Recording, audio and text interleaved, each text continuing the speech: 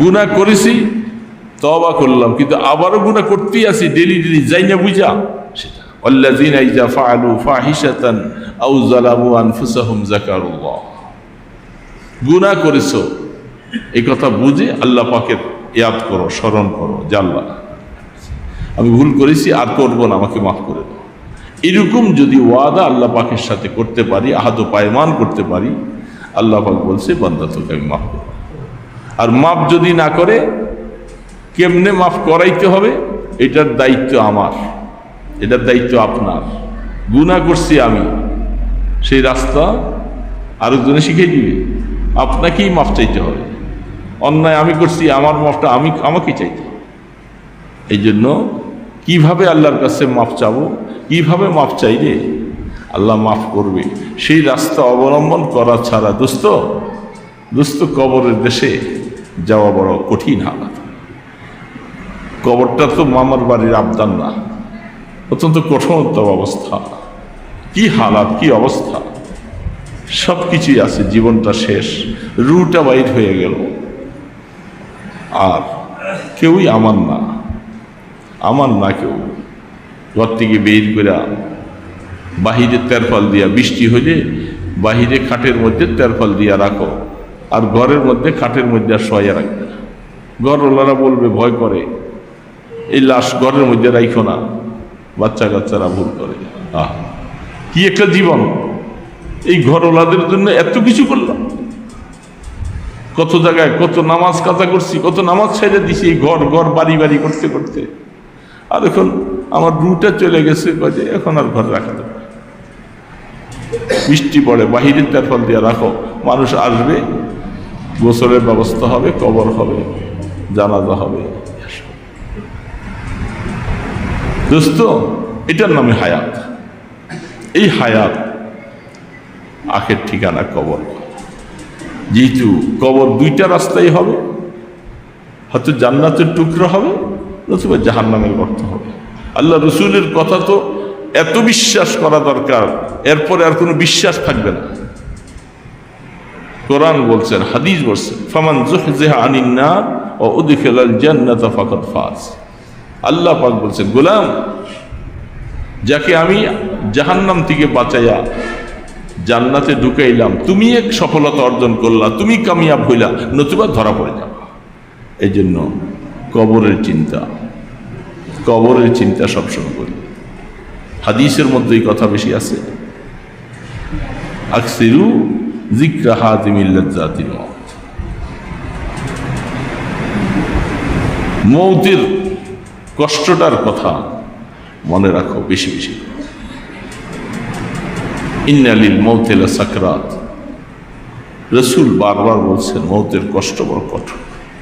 কিন্তু মৌতের সময় যদি আল্লাহ পাক দয়া করে মাফ করে ইমানের মৌত যদি না দেয়, আমার এই দুনিয়ার এই বক্তাগিরি করা, ওয়াজ করা, এই সমস্ত সর্দারি মাতবরি এমপিগিরি এই সেই, এগুলোতে আমার কি হবেটা কি?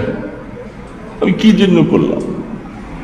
এই জন্য গুনাহ থেকে মাফ চাইয়া নিরিবিলি বৈশা আল্লাহ পাক বলছে, বান্দা তুই নিরিবিলি বৈশা চোখের পানি ছাড় আর তওবা করতে থাক। আল্লাহ, আমি গুনাহ করেছি, আমি না বুঝে গুনাহ করে ফেলছি, এখন তুমি আমার কোথায় ফালাইবা? এই জন্য চাওয়ার মতো চাইতে হবে। যেইভাবে চাইলে আল্লাহ পাকের মায়া হবে, ওইভাবে চাইতে হবে।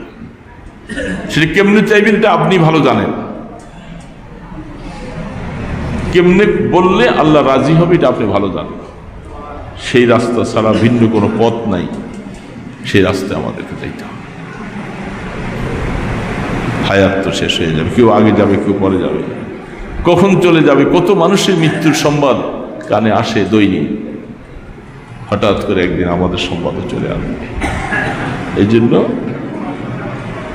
কবরে যাওয়ার আগে একটু নিরিবিলি বসি, একা একই বসি, গুনার কথাগুলি স্মরণ। এই দুনিয়ার আড়ম্বনা, রং তামসা, হাসি, দিল্লাগি, এগুলি কয়দিনের বাবা, এগুলি সব চলে যাবে, ম্লান হয়ে যাবে, ওরা থাকবে না কিছু। এই জন্য ভাঙ্গাচুরা কয়েকটা কথা বললাম, আপনারাও বসে আছি ভাঙ্গাচুরা, আমিও শেষ অবস্থায় ভাঙ্গাচুরা কয়েকটা কথা বললাম। যদি আল্লাহ পাক মেহেরবানি করে মাফ না করেন তাহলে বাবা কঠিন শাস্তি দেওয়া। আল্লাহ পাকের কাছে চাইবো না ইনশাআল্লাহ, মাফ চাইবো তো, গুনাহ মাফ করানো এটা আমাদের দায়িত্ব। আর আল্লাহ পাক তিনি ওয়াদা করছেন, গোলাম তুই যদি চাওয়ার মতো চাইতে পারস আমি মাফ করি। এই জন্য আল্লাহ পাক আমাদেরকে সেই তৌফিক দান করেন, গুনাহ মাফ করে যেন কবরে যাইতে পারি। বড় মিয়া ছোট মিয়া কোনো মিয়ার কোনো কথা নাই, সমস্ত নিজের মুআমেলা নিজে সাফ করা লাগবে। গুনাহ আমি করছি, আমার মুআমেলা আমি জানি। আস্তাগফিরুল্লাহ আল্লাযী লা ইলাহা ইল্লা হুয়াল হাইয়ুল কাইয়্যুম ওয়া আতুবু ইলাইহি। আস্তাগফিরুল্লাহ আল্লাযী লা ইলাহা ইল্লা হুয়াল হাইয়ুল কাইয়্যুম ওয়া আতুবু ইলাইহি। আস্তাগফিরুল্লাহ আল্লাযী লা ইলাহা ইল্লা হুয়াল হাইয়ুল কাইয়্যুম ওয়া আতুবু ইলাইহি। লা হাওলা ওয়ালা কুওয়াতা ইল্লা বিল্লাহিল আলিয়্যিল আযীম। লা হাওলা ওয়ালা কুওয়াতা ইল্লা বিল্লাহিল আলিয়্যিল আযীম।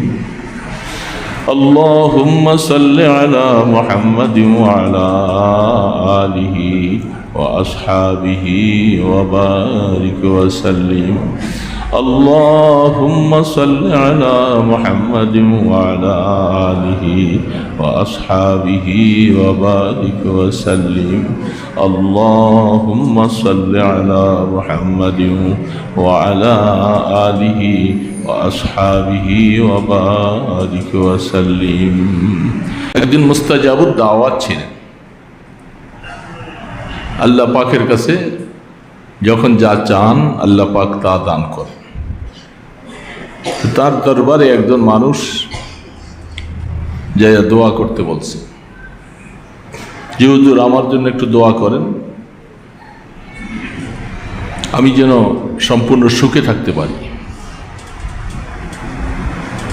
আল্লাহর ওলি বলছেন আসলে তো এটা সম্ভব না, অসম্ভব একটা জিনিস আপনি চাইছেন, তবে আপনি কেমন শান্তি চান, কোন লোকটার মতো শান্তি চান, এমন একটা লোক আপনি আমার সামনে নিয়ে আসেন, আমি দোয়া করব যে এই লোকটার মতো আল্লাহ তাকে বানিয়ে দেন। তিনি চলে গেলেন, বহু জায়গায় ঘুরছে, ঘুরে একজন মানুষও তিনি এখনো খুঁজে পান নাই যে পরিপূর্ণ সুখে শান্তিতে আছে। এক জমিদারের বাড়ি, সেই বাড়ির পাশে দিয়ে যাচ্ছিল, সেখানে দেখে যে বাগানে সুন্দর সুন্দর ছেলে, দুইজন সন্তান, তারা খুব ফুটফুটে, আর তিনি চেয়ারে বসে তাদের খেলাগুলি দেখতেছেন। চাকর চাকরানি অভাব নাই, খুব সুন্দরভাবে পরিবেশে বাড়ি সুজলা সফলা সব কিছু আছে। তো সেই লোক দেখে মনে মনে চিন্তা করলেন এই লোকটাই মনে হয় সবচেয়ে সুখের মানুষ। সে যাইয়া তাকে বললেন যে ভাই, আমি এই ব্যাপারে এক আল্লাহর ওলির কাছে গিয়েছিলাম, তিনি আমাকে একজন মেসাল দৃষ্টান্ত পেশ করে কার মতো সুখ চাই, আমি বহু খুঁজে আপনাকে নির্বাচন করেছি যে আমি তার কাছে যে বলবো যে আপনার নাম ঠিকানাটা আমাকে দেন, অমুক গ্রামের অমুক এলাকার ওই ভদ্রলোক, আমার সুখটা যেন তার মতো হয়। তিনি তাকে কাছে টান দিয়া ডেকে নিয়ে কানে কানে বলে, ভাই আমার মতো দুঃখী এই পৃথিবীতে মনে হয় আরেকজন কেউ নাই। আপনি কি বলতেছেন? অভাব? কোনো কিছুর অভাব নেই, আপনার আড়ম্বনার অভাব নাই, সব কিছু। সংক্ষেপে শুধু বলছেন, থানভী রহমতুল্লাহ আলাইহি ইচ্ছাটা লিখেছেন, আমি এত দুঃখী, এত দুঃখী, সেটা আপনাকে আর আমি কি বলবো। এই সন্তান দেখতেছেন দুইটা, যেটা এগুলি আমার না, এই সন্তানগুলি আমার না, কারণ আমার মধ্যে পুরুষত্ব বলতে কিছু নেই, আর আমি বড় জমিদার মানুষ, আমার স্ত্রীর সাথে আমার সম্পর্ক তেমন কিছুই নেই। আর এই কথাটা কোথাও ব্যক্ত করলে আমার জমিদারির উপরে কলঙ্ক হবে, মানুষ হাসবে, এই জন্য বলতেও দিই নেই। এটা আমার বাসার একটা চাকরের সাথে মিলামিশা করে সে জীবন কাটাচ্ছে, আর সেখান থেকে সন্তান সব কিছু দেখতেছে। সেই লোকটা মাথায় হাত দিয়ে আইসা বলতেছে, বুঝতে পারছি যে এই আসলে তিনি যে বলছেন পৃথিবীতে সুখের কোনো মানুষ নাই, সম্পূর্ণ মানুষই কিছু না কিছু সমস্যার মধ্যে আছে, একজনও নাই, আমার আর দোয়া করা লাগবে না, আমি বুঝছি যে পৃথিবীতে সুখ থাকার মতো কিছু নাই। এটাই বাস্তব কথা। এই পৃথিবীতে সবাই সুখে আছে এই কথা বললে এটা ভুল হবে, কারণ এটা নাম তো বেহেশত না। বেহেশত আকে আজারে নবাসত কাছে রাবা কাছে কারে নবাসত। একমাত্র সুখের জায়গা হলো আল্লাহ পাকের জান্নাত, যার যেখানে দুঃখ বলতে একটা চুল পরিমাণ কোনো দুঃখ নাই। কি বলেন আপনারা? যদি আল্লাহ পাক কাহাকেও বেহেশত নসিব করেন, করবেন কি করবেন না সেটা আমাদের আমলের উপরে নির্ভর করবে। আমল তো নিজে বানাইতে পারি না, যেরকম আমল বানাইয়া আল্লাহ পাকের কাছে চাওয়া দরকার সে আমল তৈরি করতে পারিনি। কারণ আল্লাহ পাক যে আন্দাজে আপনাকে আমাকে হায়াত কাটাইতে বলছেন, আমরা সেই আন্দাজে হায়াত কাটাইতে পারি নাই। আমাদের হায়াতের উপরে আল্লাহ পাকের অনেক নারাজগি আছে, অনেক অসন্তুষ্ট আছে, আছে না নাই? আল্লাহু আকবার। বহু নামাজি পাওয়া যায় কিন্তু পর্দাওয়ালা পাওয়া যায় না। বহু মানুষ আছে হয়তো কিছু পর্দাও করে, নামাজও পড়ে, তার ব্যবসা বাণিজ্য হালাল না, হয়তো সুদের কারবারের সাথে জড়িত। কোনো মানুষের জীবনে হজ আছে, নামাজও আছে, কিন্তু দেখা যাচ্ছে তার মধ্যে রাসূলের আদর্শের অনেক অভাব। তিনি বছরের পর বছর হজ করতেছেন, দাড়িগুলি কাটতেছে সবসময়। এটা যে একটা আল্লাহর পয়গম্বরের পক্ষ থেকে আল্লাহ পাকের একটা নারাজগি, এই সম্পর্কে ন্যূনতম ধারণা নাই। আমাদের সমাজে লক্ষ লক্ষ মানুষ এরকম আমরা আছি, কি বলেন, আছে না নাই? উনি কি এই কাজটা যারা করতেছেন এটা কি সঠিক মনে করে করতেছেন? এটা কি গুনার কাজ না? কতটুকু গুনাহ? গুনাহ কবিরা। যে একটা গুনাহ কবিরার জন্য যদি তওবা করে মাপ লইয়া না যাওয়া যায় ৭,০০০ বছর জাহান্নামে জ্বলা লাগবে একটা কবিরা গুনার জন্য। এখন আমাদের সমাজে নামাজি, হাজী সাহেব, অনেক কিছু আমরা আছি, কিন্তু পুরা নবী করিম সাল্লাল্লাহু আলাইহি সাল্লামের সুন্নতের উপরে মুজাসসাম নমুনা সেটা পেশ করতে পারি। অনেকের কাছে নামাজ আছে, অনেক কিছু আছে, দেখা যাচ্ছে তিনি গীবতের রোগে আক্রান্ত। দৈনন্দিন জীবনে কিছু না কিছু গীবত হয়, হয়তো গীবত করছে না, আরেকজন তার ব্যবসা বাণিজ্য চলতেছে, তার মধ্যে অনেক মিথ্যা কথা পাওয়া যায়। এইভাবে করে আমি যদি তালাশ করতে থাকি, আমি আল্লাহ পাকেরকে অনেক কাজে নারাজ করে ফেলছি, অনেক কাজে আল্লাহ নারাজ। বলেন, এরকম নারাজগির কাজ আমরা বেশি বেশি করতেছি। এই মুষ্টিময় কয়েকজন মানুষ আমরা আছি, আমাদেরকে নিয়ে শুধু বিচার করলে চলবে না, সারা দেশের ইমানদারকে নিয়ে বিচার করেন আমাদের মধ্যে কত ত্রুটি। তো এই জন্য আল্লাহ পাক যদি রাগ করে পানিশমেন্ট দিয়ে দেয়, কিন্তু বাবা আল্লাহ পাক যদি রাগ করে পানিশমেন্ট দেয় তো তো জাহান্নামে যাওয়া অনিবার্য। কি বলেন, ঠিক না বেঠিক? তো আল্লাহ পাকের জাহান্নামে যাইয়া এই জাহান্নামের শাস্তি ভোগ করার মতো শক্তি কোনো মুসলমানের আছে? এইখানে না, শুধু কোনো মুসলমানের আছে? তাহলে আল্লাহকে যে নারাজ করতেছি,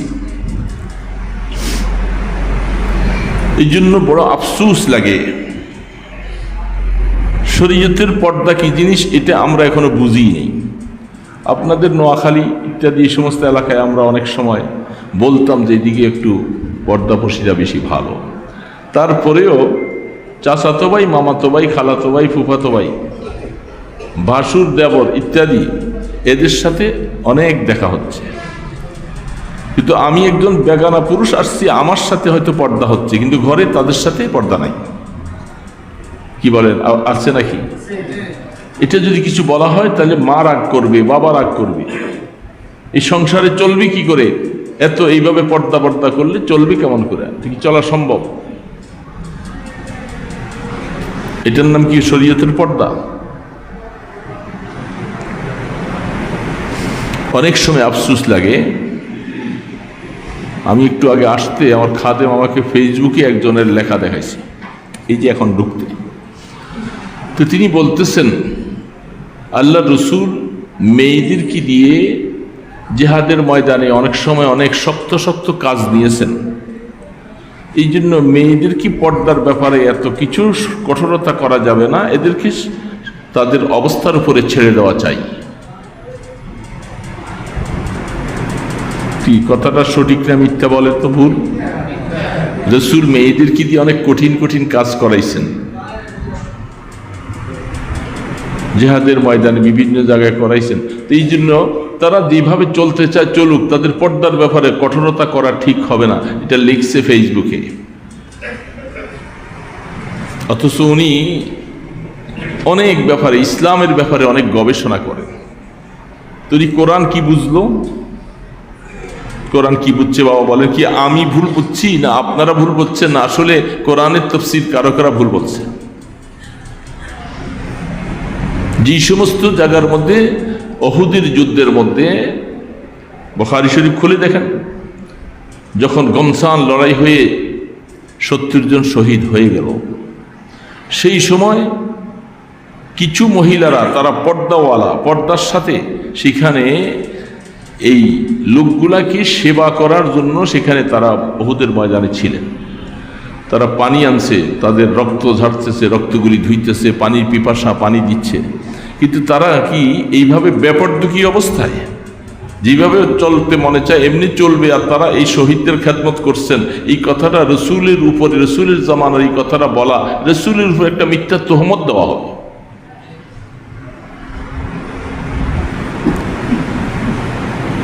যদি পর্দার ব্যাপারে যদি এরকম স্বাধীনতায় হয়ে যায়, তাহলে কোরআনের আয়াতগুলি কোথায় যাবে? হ্যাঁ, তাদেরকে ঘরে আবদ্ধ করে রাখার কথা না, কিন্তু তারা যেটাকে শরীয়তে পর্দা বলা হয় ওই পর্দাটাকে ম্যানেজ করেই তারপরে চলবে। আর আমাদের সমাজে এখন যে পর্দা চলছে, এরকম পর্দার কথা কোরআন বলছে? বলেন আপনারা, আপনাদের কাছে ইনসাফের হিসাবে বলছি, এটা কি পর্দা?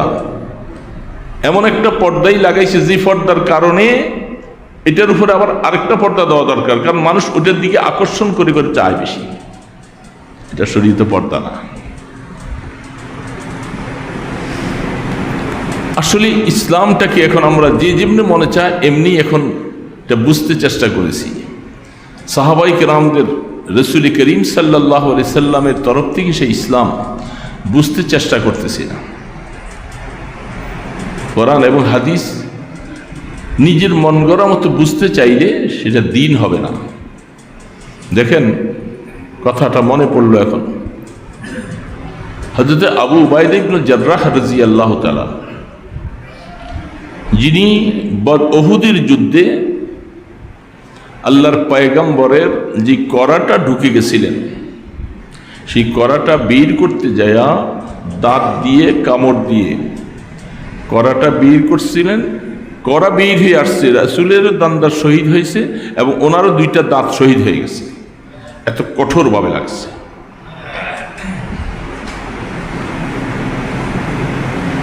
সেই আবু উবাইদা ইবনে জাররাহ রাদিয়াল্লাহু তাআলা আনহু খলিফাতুল মুসলিমিন ওমরে ফারুক রাদিয়াল্লাহু তাআলা আনহুর জামানায় ওনাকে মুলকে শামের গভর্নর করে পাঠানো হয়েছে। সেই মুলকে শাম, যেখানে ময়দানে হাসরের মিডল হবে, কিয়ামতের ময়দান হবে, তো ময়দানে হাসর কায়েম হবে, পৃথিবীর মিডলটা ওইখানে, যেখানে ময়দানে হাসর আল্লাহ পাকের আরশে আজিম নিয়ে যেখানে বিচার কার্য সম্পাদন করবেন, সেই মুলকে শাম, যেখানে সমস্ত নবী রসুলদের আগমন ঘটেছিল, আর যেই দেশে হাজার হাজার নবীদের কবর রয়েছে পবিত্র ভূমিতে। তো বুঝার বিষয়, আসলে অনেক সময় আকল অনেক কিছু বুঝে আসে না। সেইখানে এত নবী রসুলদের আগমন, যেই বাইতুল মুকাদ্দাসে রাহমাতুল আলমের জীবনের শেষ মিরাজের রাত্রে রসুল, যেখানে সমস্ত আম্বিয়া কেরামদের সমাগম, যেখানে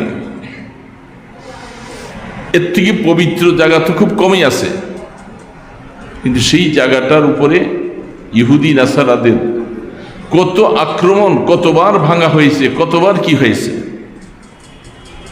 এত বড় পবিত্র জায়গাটা তো আল্লাহ পাক ইচ্ছা করলে হেফাজত করতে পারেন, কিন্তু কেন? অথচ বাইতুল্লাহর ব্যাপারে কোরআন খুলে দেখা যায় আল্লাহ পাক বাইতুল্লাহর ব্যাপারে ওয়াদা করেছেন, এইখানে কোনো জালেমরা চোখ রাঙ্গা করলে আল্লাহ চোখ ফুড়ে ফেলবে, যেখানে দাজ্জাল ঢুকতে পারবে না। এটার হেফাজতের দায়িত্ব আল্লাহ নিয়েছেন। কিন্তু সুলাইমান আলাইহিস সালাম যে বাইতুল মুকাদ্দাস বানাইছেন, এটাকে হেফাজতের দায়িত্ব আল্লাহ নেন, যার কারণে সেখানে কাফের মুশরিক ইহুদি নাসারাদের এই দৌরাত্ম্য চলছে। এত রক্ত যাওয়ার পরেও রক্তের হুলিয়া বন্ধ হচ্ছে না। তো সেই মুলকে শামের মধ্যে আবু উবাইদা ইবনে জাররাহ রাদিয়াল্লাহু তাআলা আনহুকে খলিফাতুল মুসলিমিন ওমরে ফারুক রাদিয়াল্লাহু তাআলা আনহু তাকে সেখানে গভর্নর করে পাঠিয়েছিলেন। তিনি সেখানে এমন একটা জীবন কাটতেছে যেটা আসারে সাহাবাদের মধ্যে দেখলে আকল হয়রান হয়ে যায়। খলিফাতুল মুসলিমিন একদিন বলতেছিলেন, ভাই আবু উবাইদা, তুমি তো মুলকে শামের গভর্নর। বলে, হ্যাঁ। এত বড় গভর্নর পেয়ে সেখানে মধ্যে না যেন কত আড়ম্বনা, কত অট্টালিকার অঢের বানাইয়া তুমি সেখানে আছো, তো এই জন্য তোমার বাড়িটা একটু দেখতে মনে চায়। হযরতে আবু উবাইদা ইবনে জাররাহ রাদিয়াল্লাহু তাআলা আনহু বলেন, ভাই ওমরে ফারুক, খলিফাতুল মুসলিমিন, আমার বাড়ি দেখার মতো তেমন কিছু নাই। বলে, না, তারপরও একটু দেখতে মনে চায়। সফর করে গিয়েছে, যাওয়ার পরে মেইন শহর থেকে একটু দূরে তিনি তার সওয়ারি নিয়ে খলিফাতুল মুসলিমিনকে নিয়ে যাচ্ছে। তিনি জিজ্ঞাসা করেন, ভাই আবু উবাইদা, তুমি আমাকে কোথায় নিয়ে যাচ্ছ? বলে, আপনার আমার বাড়ি দেখবেন বলছেন। তো বাড়ি কি শহরের বাহিরে? বলে, হ্যাঁ। তিনি যাইয়া সেখানে বাড়ির মধ্যে যে নজর করে দেখে খেজুর পাতার ছাউনি, একটা ঝুপড়ি আছে, শুধু ছোট্ট একটা ঝুপড়ির মতো। সেইখানে নিয়ে ওনাকে বসাবার মতো তেমন আর কিছু নেই, একটা নামাজের জায়নামাজ আছে, সেই জায়নামাজটা বিছিয়ে দিয়া খলিফাতুল মুসলিমিনকে বসাইছে। খলিফাতুল মুসলিমিন বসার পরে অবাক হয়ে গেল। ওনাকে একটু মেহমানদারির জন্য, উনি রাষ্ট্রীয় কাজে সময় পায় না, এই জন্য এক সপ্তাহ রুটি একজনকে দিয়ে বানাইয়া রেখে যায়, এগুলি পানির মধ্যে ভিজাইয়া রেখে যায় একটা রুটি, আবার কাজ শেষ করে এসে ওই ভিজানোর রুটিটা খাইয়া জীবন কাটায়। ওমরে ফারুক রাদিয়াল্লাহু তাআলা অবস্থা দেখে চোখের পানি ছেড়ে দিলেন। তখন তিনি বললেন যে আমার ধারণাটা ভুল, এরা রসুলের সোহবতি আফতা, রসুলের সাহাবি, আল্লাহর পয়গম্বরের সাহাবি, তাদের মধ্যে যে দুনিয়ার ব্যাপারে একেবারে বিমুখতা, এটা বাস্তব মনে করেছিলাম। আইসা রাষ্ট্রীয় ক্ষমতা পাইয়া, অনেক কিছু পাইয়া এখানে অনেক আড়ম্বনা মনে হয় করেছে, আমি ধারণাটা ভুল করেছি। আসলে সকল সাহাবায়ে কেরামদের হালাত এরকম। সেই আবু উবাইদা ইবনে জাররাহ রাদিয়াল্লাহু তাআলা আনহুর সাথে সেই মুলকে শামের ইহুদি, তাদের সাথে অনেক দিন পর্যন্ত যুদ্ধ সংগঠিত হওয়ার মতো অবস্থা। যুদ্ধ বাঁচতেছে না, তারাও যায় না, তারাও ফিরে আসে না।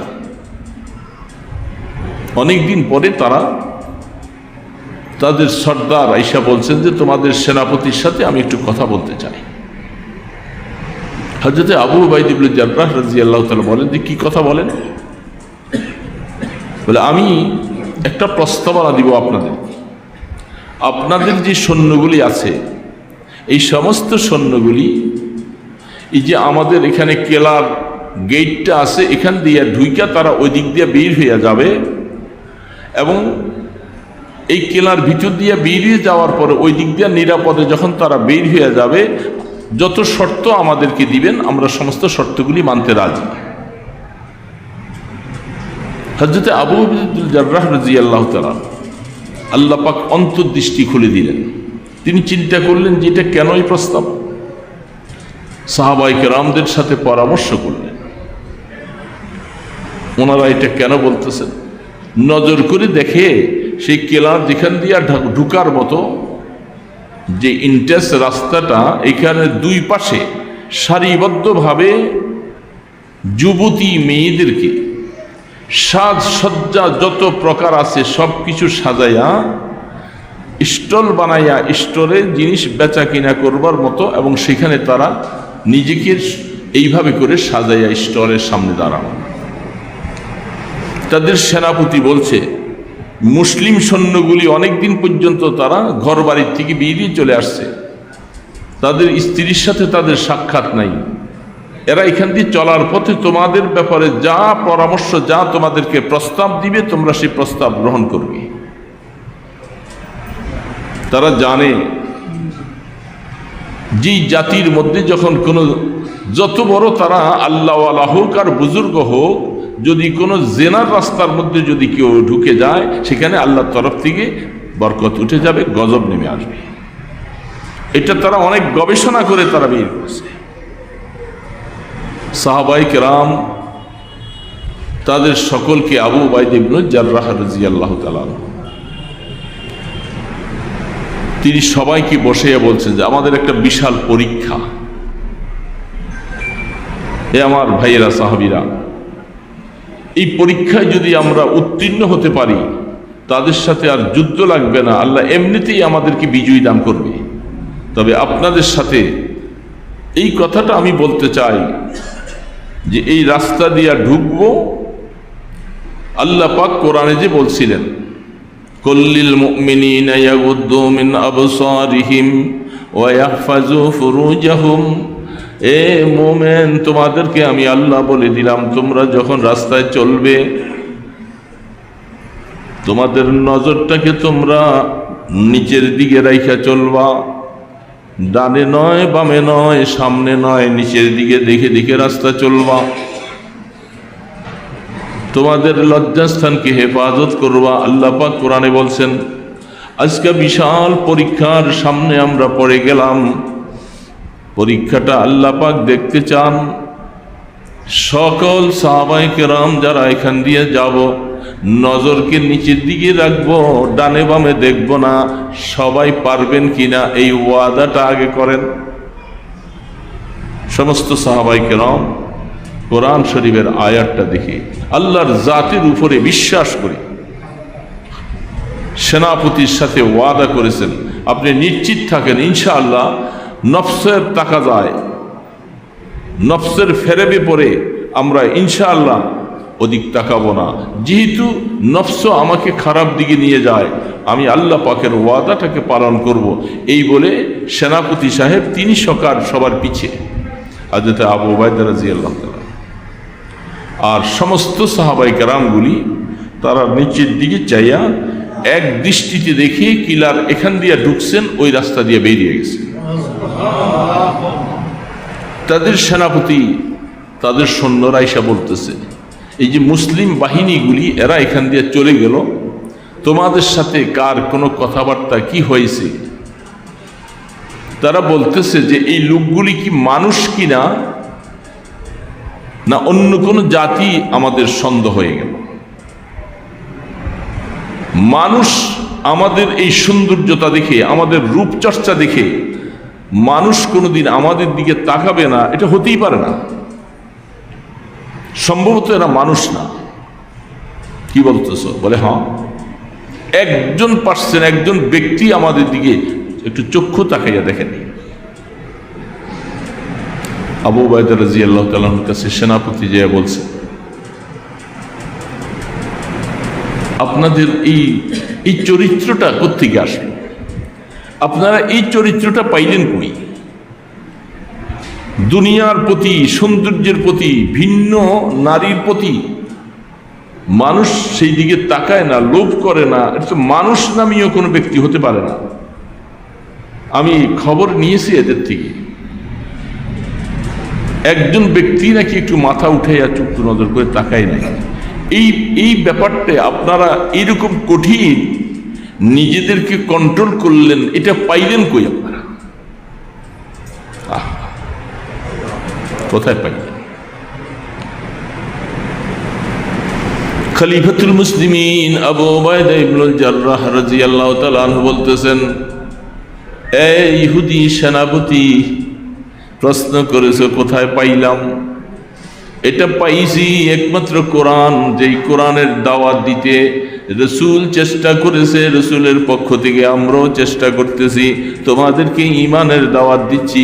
ওই ঈমান, যেই ঈমানটা আমাদের দিলের মধ্যে আসছে, সেই ঈমান এত পাওয়ারফুল, আমাদের রসুল বলছেন, কোরআন বলছেন, রাস্তা দিয়া যখন চলবে কোনো বেগানা নারীর প্রতি তাকাবে না, নিচের দিকে চেয়ে চেয়ে যাইবা, দেখবা আল্লাহর রহমত তোমার উপরে বর্ষণ হবে। আর কেউ আমাদেরকে শিখান নাই। আরশের মালিক ওই মাওলার পক্ষে তোমাদের কাছে দ্বীনের দাওয়াত দিচ্ছি। তোমাদের সম্পদের জন্য লালায়িত না, তোমাদের সুন্দর নারীদের প্রতি আমাদের নজর নাই। একটাই দাওয়াত দিয়েছিলাম, তোমরা পড়ো লা ইলাহা ইল্লাল্লাহ মুহাম্মাদুর রাসূলুল্লাহ। এই কলেমাটার দাওয়াত দিচ্ছি, তোমরা সব কিছু ছেড়ে দাও, এক আল্লাহকে বিশ্বাস করো, আল্লাহকে মানো, তার হুকুমকে সামনে রাখো, দেখবা সব কামিয়াব। সেনাপতি বলতেছে, এতদিন তো তোমাদের ব্যাপারে কথাটা শুনছি, আজকে বাস্তব পরীক্ষা হয়ে গেল যে তোমরা যে আসলে তোমাদের আল্লাহর কথা, তোমাদের নবীর কথা যে নিজের জীবনে এরকম বাস্তবায়ন করতে পারো, এটা আমরা কোনোদিন বুঝতে পারি। আমরা মাঝে মধ্যে বলতাম আল্লাহ তো আমরাও মানি, ইহুদিরা আমরাও তো আল্লাহ মানি, কিন্তু আমরা অনেক কাজ করি হয়তো আল্লাহকে গোপন রেখে, আল্লাহ দেখবে না ইত্যাদি। আর তোমাদের দিলের মধ্যে কথা আছে কি, যেদিকে তুমি যাচ্ছ, যা তুমি করবা, মাওলা 24 ঘন্টা তোমার খবর রাখে, দেখে। হাত্তাকে গাছের থেকে এত কোটি কোটি, লক্ষ লক্ষ, মিলিয়ন মিলিয়ন গাছের পাতাগুলি কখন কোন জায়গায় পড়ে, এটাও আল্লাহ কোরআন বলতেছে আমার আল্লাহর এলেমে আছে। ওয়াসকুতু মিন ওয়ারাকাতি, একটা গাছের পাতা পড়ছে, আল্লাহ পাক বলেন এটাও আমার এলেমের বাহিরে না। এই জন্য আমাদের ঈমান, রাস্তায় চলবো, হাটে বাজারে চলবো, কোরআনের আয়াত এটা আজকাল নতুন করে নাজিল হয় নাই।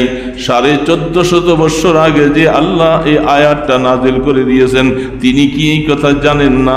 শেষ জামানায় আমার বান্দারা আসবে, তাদের সামনে গার্মেন্টস ফ্যাক্টরি, বিভিন্ন রকমের নারীরা সাজসজ্জা করে রাস্তায় ঘাটে উলঙ্গপানা বেহায়াপানা করে চলবে। সেইখানে আমার ইমানদারেরা কেমন করে তারা ইমানটা বাঁচাবে, তাদের নজরের মধ্যে জিনার গুনাহ যেন না আসে, এই কথাটা আমার আল্লাহ ভালো করে জানেন।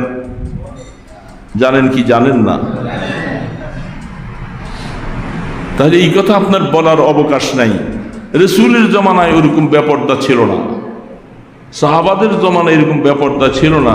এখনকার আমরা যে জমানায় আসছি, আমাদের চতুর্দিকে বেপর্দার সাইলাব, আমরা এর মধ্যে কেমনে চলবো? তাহলে এই কথা বললে আয়াতটা পাল্টাই দিতে হয়, নাউজুবিল্লাহ। আয়াত পাল্টাইয়া, আয়াত তো কোরআনের। কুল্লিল মুমিনিনা ইয়াগুদ্দু মিন আবসারিহিম ওয়া ইয়াহফাযু ফুরুজাহুম। মোমেন পুরুষকে বলছেন, মোমেনা মহিলাদেরকে বলছে রাস্তায় ঘাটে চলবা, নজর হেফাজত করো, নজর বা পশ্তে কদম নিচের দিয়ে চেয়ে চেয়ে চলবা। কোরআন শরীফে আল্লাহ পাক আরেক জায়গায় একটা আয়াত বলছে, শয়তান বলতেছে, আমি এই ইমানদার মুসলমান, তোমাদেরকে ধোঁকা দেওয়ার জন্য ডান পাশের থেকে ধোঁকা দেই, বাম পাশের থেকে জাল দিয়ে তীর নিক্ষেপ করি, সামনের থেকে করি, পিছনের থেকে করি। দিক তো 4টা না দিক 6টা? বলেন কয়টা? 6টা, ভুলে গেছেন? 4টা উপরে আর নিচে। শয়তান বলতে যায়া 4টা দিকের কথা বলছে। যতভাবে তোমরা রাস্তায় চলবা, যেদিকে চলবা, আমি চতুর্দিক থেকে তোমাদেরকে আক্রান্ত করব, চতুর্দিক থেকে। আল্লাহ পাক বলে, শয়তান আক্রান্ত করার জন্য যখন বলছে, তারে আমি ক্ষমতা দিছি, যাও তুমি আক্রান্ত করো, কিন্তু সে 2টা দিকের কথা সামনে আনে নাই, নিচের আর উপরের দিকের কথা সে বলে নাই। আল্লাহ সুবহানাহু ওয়া তাআলা বলেন, শয়তান 2টা দিকের কথা বলে নাই, 2 দিক থেকে আক্রান্ত করার মতো ক্ষমতা তার নাই। এই জন্য নিচের দিকের থেকে তোমাকে নজর করে চলতে বলছি, কারণ নিচের দিকে চেয়ে চেয়ে যখন চলবা, শয়তানের আক্রমণ থেকে তুমি বাঁচবা। আর উপরের দিকের থেকে আক্রমণ করতে পারবে না, তখন আমি আল্লাহ আমার বান্দার উপরে উপর থেকে রহমত নাজিল করব।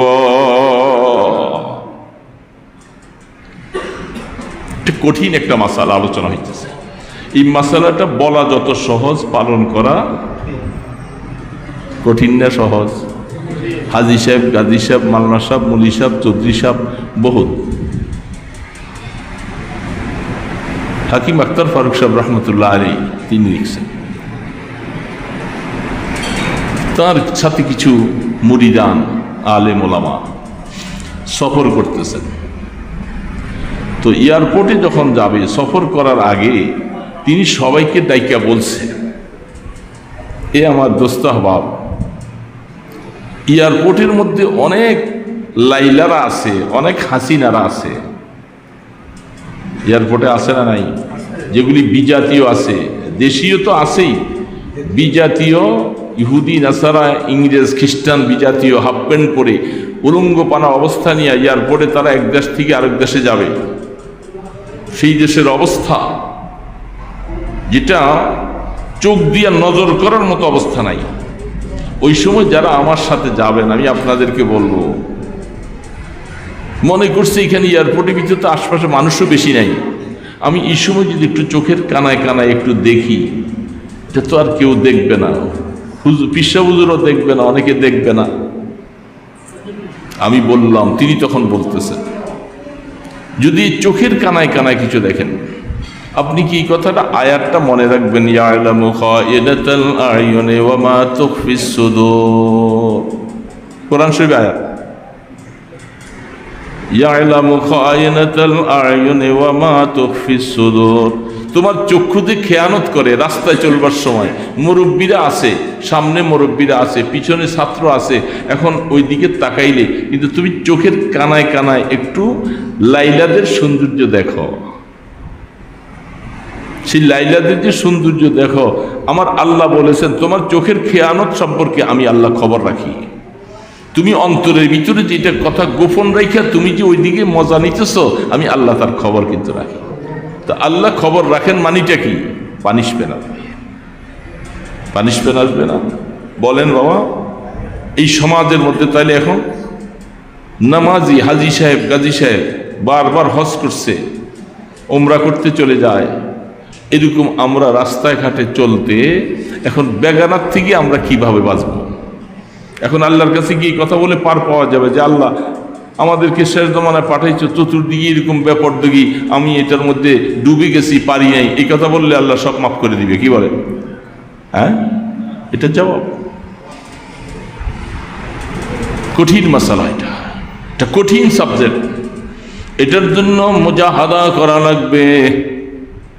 আল্লাহ পাকের আয়াত সামনে রাখা, আখিরাতের ভয়, জাহান্নামের ভয়, ময়দানে হাসরের ভয়গুলি সামনে নিয়ে, ওয়া আম্মা মান খাফা মাকামা রাব্বিহি, কিয়ামতের ময়দানে আল্লাহর সামনে হিসাবের জন্য দাঁড়াইতে হবে। এই কথাটা 16 আনায় 16 আনা অন্তরে দুনিয়ার যত বন্ধু বান্ধব আছে কেউ নাই আমার সাথে। সেদিন ময়দান হাসরে আমি একা, আমার চিন্তা আমাকে, কেউ আমার চিন্তা করবে না। সেদিন মাকাম রাব্বিহি, আল্লাহ পাকের সামনে দণ্ডায়মান হওয়া লাগবে। আমলনামার হিসাব নিকাশ হবে, মধ্য বছর পর্যন্ত আমলনামাগুলি সামনে চলে আসবে।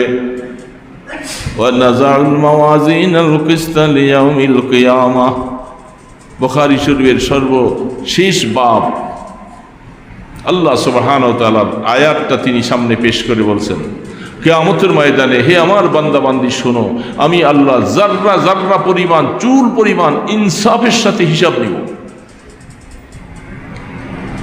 এই জন্য অনেক সময় মাঝে মধ্যে বলা হয়, বাবা ইনসাফের সাথে যখন আল্লাহ পাক হিসাব নেবেন তাহলে ধরা পড়ে যাব। ইনসাফ মানে কি? যা করছি তাই হুবাহু, গুনাহ করছি গুনাহ আসলো, নেক করছি নেকটা আসলো, এটাই তো ইনসাফ।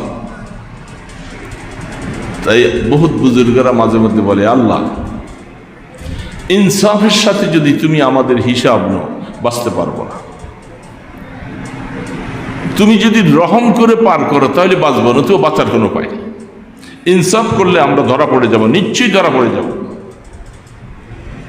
কোনোভাবে বাঁচার উপায় নেই। ওয়ানাযাউল মাওয়াজিনাল কিসতা লিয়াউমিল কিয়ামাহ।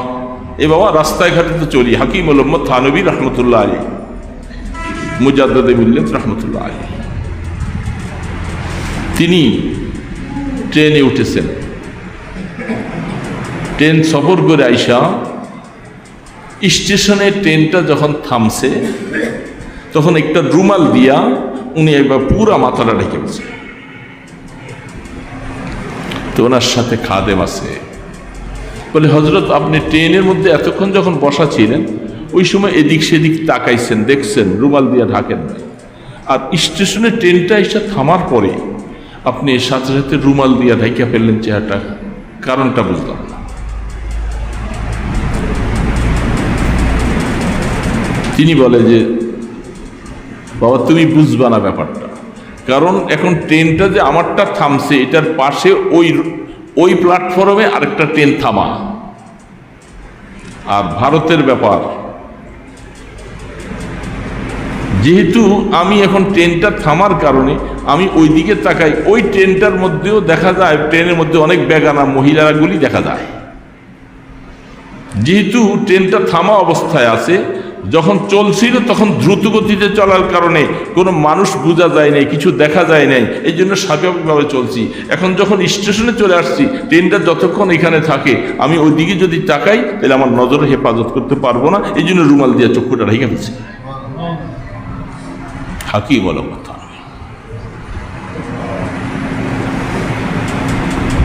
দোস্ত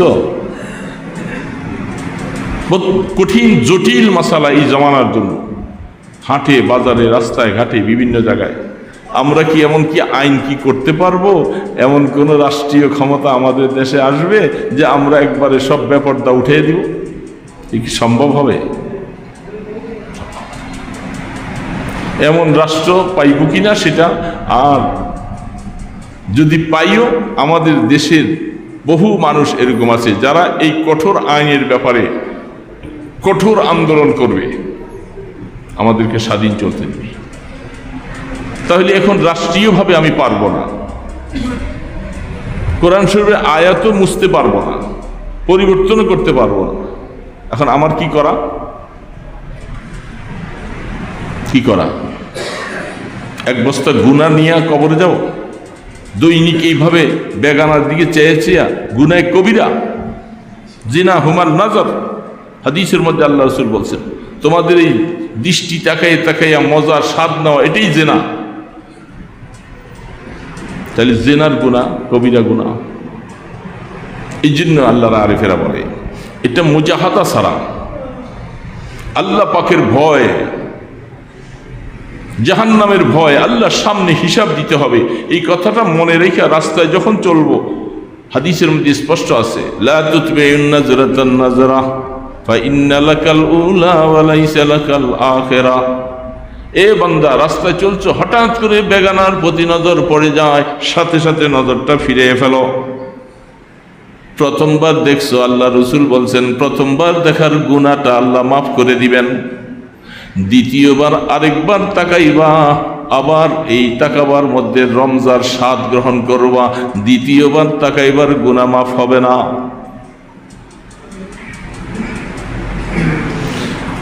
রাষ্ট্রের মধ্যে আইন কঠোর করা যাবে না, মানুষকে সামাজিকভাবে বন্ধ করা যাবে না, কিন্তু আমার চোখের উপরে আমি আইন করতে পারি কি পারি না? আমার চক্ষুটা কারো নিয়ন্ত্রণে নয়, কারো হাতে নয়, এটার ক্ষমতা আল্লাহ আমাকে দিয়েছে। যেমন একটা স্বাভাবিকভাবে কোনো ময়লা আবর্জনা কিছু চোখের দিকে আসতে থাকলে কেউ বলা লাগে না, অটোমেটিক চক্ষুটা বন্ধ হয়ে যায়। ধুলাবালি, কোনো একটা আঘাত, কোনো কিছু আসলে চক্ষুটা কি বলা লাগে যে এই চক্ষু তাড়াতাড়ি বন্ধ হ, হ্যাঁ বিপদ আসতেছে, বলা লাগে? অটোমেটিক আল্লাহ পাক চক্ষুকে এমন একটা এহসাস আর অনুভূতি দিয়েছে, সে আমার কাছে চাবে না, অনুমতিও লাগবে না। আল্লাহ পাক বলে তোমার চক্ষুটাকে এমনভাবে আমি আল্লাহ বানিয়েছি, সে কোনো দিকে তাকাইতে হবে না, অটোমেটিক কোনো বিপদ দেখলে চক্ষুটা বন্ধ হয়ে যায়। ঠিক তেমনিভাবে এই বেগানা নারী, এটা বহুত বড় বিপদ। এই বিপদ দেখলে তুমি তাড়াতাড়ি নজরটাকে নিচে রাইখা চলো। যদি নজরকে হেফাজত না করতে পারো, একদিন নয়, 2 দিন নয় বাবা, এইভাবে করতে করতে এটার একটা আসর দিলের মধ্যে যায়া পড়বে। দিলটা কাসওয়াত হয়ে যাবে, শক্ত হয়ে যাবে, কঠিন হয়ে যাবে। এই দিল দিয়ে আল্লাহর মায়া আসবে না। গুনাহ করতে করতে দিলটাকে কাসওয়াত করে ফেলবো। আল্লাহর কাছে হাত তুলে কাঁদতে চাইলে চোখে পানি ছাড়বে না, চোখে পানি আসবে। কারণ যে চক্ষু গুনাহ কবিরা করে, সেই চক্ষু পানি ছাড়বে, এটা হতে পারে না। কারণ পানি ছাড়লে গুনাহ মাফ হবে। তা আল্লাহ পাক বলছে তুই গুনাহ করবি, আবার চক্ষু দিয়ে আমি পানি ছাড়াবো, তা হতে পারে না। তুই গুনাহ ছাড়, গুনাহ ছেড়ে চক্ষুকে আমি অর্ডার করব। যখন আমার বান্দা তওবা করে আমার কাছে যখন মাপ চাইতে থাকে, চক্ষু পানি ছাড়বে, তোমার গুনাহগুলি মাফ হওয়ার ব্যবস্থা হবে।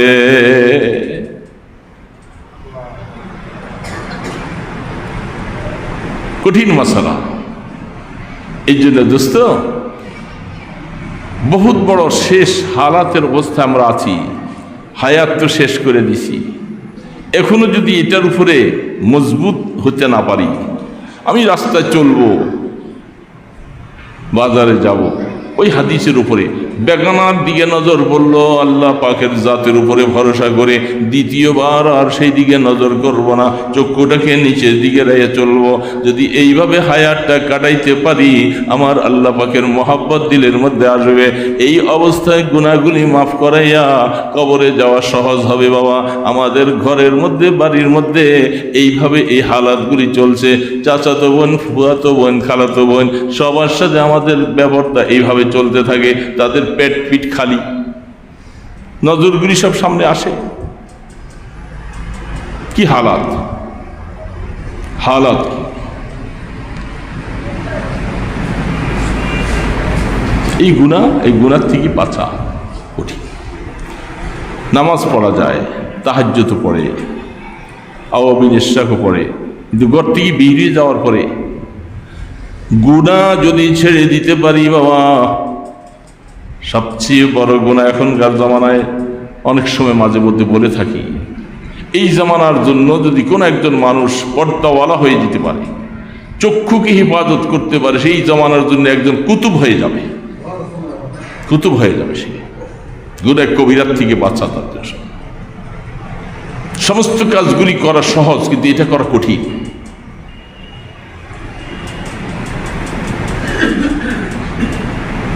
আল্লাহু আকবার। শাহ আব্দুল কাদের রায়পুরি রহমতুল্লাহ আলাইহি, শাহ ওলিউল্লাহ মুহাদ্দিস দেহলভী রহমতুল্লাহ আলাইহির ছেলে, তিনি মুজিবুল কোরআন তাফসীর লিখতেছিলেন। হাকিমুল উম্মত থানভী রহমতুল্লাহ আলাইহি বয়ানুল কোরআন লিখছেন। আরো অনেক আকাবিরিনরা আছেন। তিনি এই তাফসীর কোরআনটা একটা কামরার মধ্যে বসে বসে একটা পাথরের মধ্যে হাত রেখা রেখা লেখে দীর্ঘ সময়, দীর্ঘ বৎসর আল্লাহ পাকের কোরআনের এই তাফসীরটা লিখেছে। কত বড় মানুষ, লিখতে লিখতে লিখতে লিখতে যখন জরুরতের সময় একটু আসছে, নিজের জরুরত সেরে আবার এই তাফসীর লিখতেছে, অনেক কিতাব সামনে রেখে। তিনি তাফসীর লেখা শেষ হইয়া যে চক্ষু দিয়ে আল্লাহর কোরআন দেখছেন, কোরআন লিখছেন, চোখের মধ্যে এবং ভিতরে এমন একটা নূর আর জ্যোতি সৃষ্টি হয়েছে। উনি ওই কামরার থেকে বের যখন হয়েছিল, ওই সময় তার সামনে একটা কুকুর ছিল, নজরটা কুকুরের উপরে পড়ছে। কুকুরটা এখান থেকে উঠে মাত্র গেল, আশপাশের আরো কতগুলি কুকুর, যেগুলি কুকুরের স্বভাব হলো একটা সীমানার কুকুর আরেক সীমানায় গেলে তাকে কামড়াইয়া তাড়াই দেয়। যতক্ষণ পর্যন্ত ওই কুকুরটা নিজের লেজটা দুই রানের চিপা দিয়া সে নত স্বীকার না করে, ততক্ষণ পর্যন্ত তোরে কামড়ায়। যখন সে নত স্বীকার করে, নেজটাকে শোয়াইয়া রানের চিপা দিয়া দিয়া মানে আমি নত স্বীকার করলাম, তোমার এলাকায় আর আসবো না, আমাকে আর কামড়াইও না। এটা হলো কুকুরের স্বভাব। হাকিম উম্মত থানবী রহমতুল্লাহ আলাইহি লিখেন,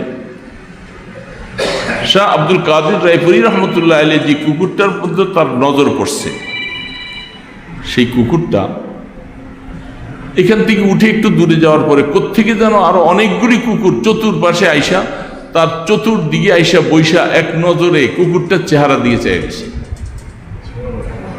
কুকুরটা উঠে যাচ্ছে, সমস্ত কুকুরগুলি তার পিছে পিছে, যেন কুকুরগুলি সব তার মুরিদ।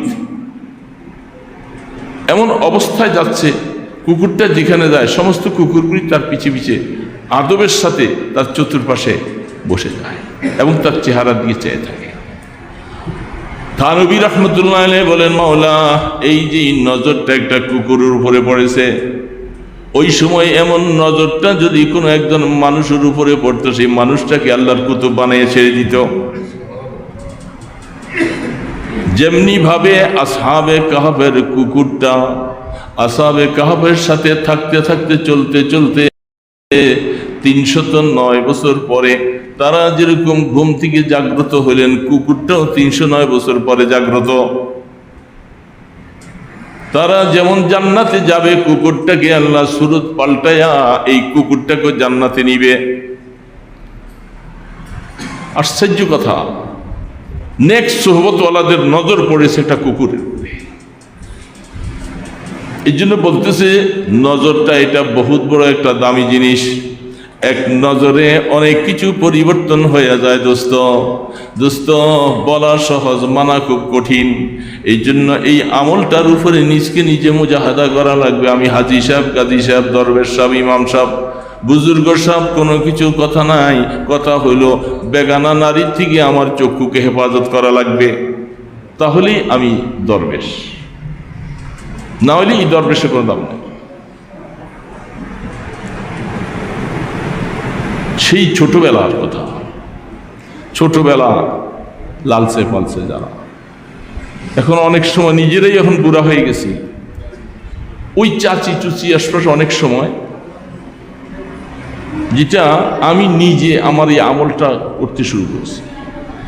এখন মুরব্বী মানুষ, এর ডাইরেক্ট এইভাবে বলতে পারি না যে এখন তো পর্দা করা ফরজ, আপনার আমার সামনে আইসেন না। এটা বললে গ্রামের কিছু মানুষ তারা বলবে, আর কোলে লইছি, এত কিছু লইছি, সে এখন বড় হুজুর হয়ে গেছে, আর আমাদেরকে এই কথা বলে না।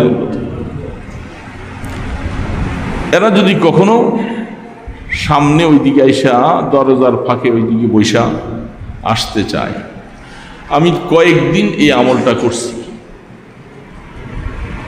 এরা কিছু বলতে আসছে, কি বলছে, এই যে মাথার নিচের দিকে দিয়া, চক্ষুর নিচের দিকে দিয়া বৈশা রয়েছে, বৈশা তার কথাটা কানে শুনতেছি, শুই না কি বলতে চাইছিল একটা জবাব দিয়া দিছি। ইনশাআল্লাহ ওয়ালা ফখরা আলাই শুকরান লিল্লাহ। একটা বারের জন্য নজরটা উঠাইয়া দেখি নাই কি বলতেছে, কারণ যখন আমি কয়েকবার যখন নিচের দিকে চাইবা বলেছি, চাইছে কথা বলতেছি, এদের বুঝে আইসা গেছে আসলে আমাদের সামনে গেলে উনি শরম পায়, আর যাব না, আর যাব না। তারাও বাঁচলো, আমিও বাঁচলাম। বাবা যদি বাঁচতে চায় নিজকে নিজে হ্যাকমত করে বাঁচতে হবে। এই জন্য ওয়াম্মা মান খাফা মাকামা রাব্বিহি ওয়া নাহান নাফসা আনিল হাওয়া, আমার খায়েশাতে নফসানি, আমার নফসে আম্মারা আমাকে গুনাহ করাবার জন্য ওত পেতে বসে আছে। আমাকে দিয়ে কিভাবে গুনাহ করাবে, আমাকে দিয়ে কি করে গীবত করাবে, আমাকে কি করে বেপরদা নারীদের মেলে নিবে, তাদের দিকে বারবার করে তাকাইতে মজা করাইতে আমাকে চাবে। এটা আমার খায়েশাতে নফসানি তাকাদা। আমি যদি সেটার থেকে বাঁচতে পারি, আল্লাহ পাক বলছে তুই আমার সামনে দাঁড়াবি, কিয়ামতের ময়দানে আমার সামনে হিসাব দিতে হবে। এই কথাটা মনে করে তুই হায়াত কাটা, আর তোর খায়েশাতে নফসানির তাকাদার থেকে তুই বেঁচে থাক। আমি আল্লাহ তোকে দুনিয়াতে সুসংবাদ দিয়ে দিলাম, ফা ইন্নাল জান্নাতা হিয়াল মাওয়া, জান্নাত তোমার জন্য অবশ্যই আশ্রয় কেন্দ্র, তোমার জন্য সুসংবাদ দিয়ে দিলাম, তুমি জান্নাতের মালিক হয়ে যাবে। শর্ত তো দুইটা দিছে, তুমি জান্নাতের মালিক হইবা, শর্ত দুইটা, যে আল্লাহর সামনে দাঁড়াবে এই কথাটা মনে করে হায়াত কাটাও। তার মানে গুনার থেকে বাঁচার জন্য এটি সবচেয়ে বড় হাতিয়ার। খায়েশাতে নফসানি থেকে বাঁচতে হবে। যে নফস আমাকে ধোঁকা দিতেছে, আমাকে ধোঁকা দিতেছে, কি আর হবে, কি হবে। এই জন্য দোস্তরা,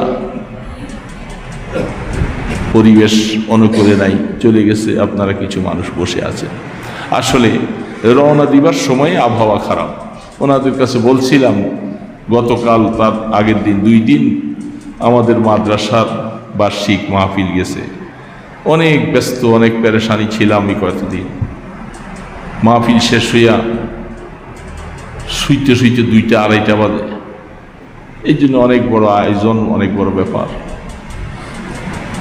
আমি বলছিলাম যে এই দিনের প্রোগ্রামটা রাখা না রাখা, তারপরও রাখছে খাদেম। তার মধ্যে আবহাওয়াটা ভালো না, তো মনে করছিলাম যে না যাইয়া থাকি ভালো। তবুও যেহেতু ওয়াদা করছি আসছি, এইদিকে আসার পরে ওইদিকে বৃষ্টি, এইদিকে বলতেছিল তখনও বৃষ্টি হালকা, আস্তে আস্তে বৃষ্টি এসে গেছে, পরিবেশটা নষ্ট হয়ে গেছে। আপনারা কিছু আল্লাহর বান্দারা আসছেন, বসছেন, তারপরে কথা তো সেটা না। কথা হইলো আমি আসছি, আপনারাও রয়েছেন, আসছেন, আমি সফর করে আসছি, আপনার এলাকার থেকে আসছেন। কিন্তু এই শব্দ 2টা বললাম, এই শব্দ 2টা, এটার উপরে যদি জিন্দিগি উঠাইতে পারি বাবা, তাহলে কামিয়াবি। যে আল্লাহর সামনে যাইতে হবে, হিসাব দেওয়া লাগবে, কোনো ছাড় নাই, কোনো ছাড় নেই। এই জন্য নিজের পিছনের জীবনের কথা স্মরণ করি, আল্লাহ পাকের কাছে বিনয় বিনয় কান্দা, যে আল্লাহ ভুল তো করছি, কিন্তু সামনের জন্য যে কতদিন হায়াতে বাঁচি, এই কতদিন সাবধানতা হবো।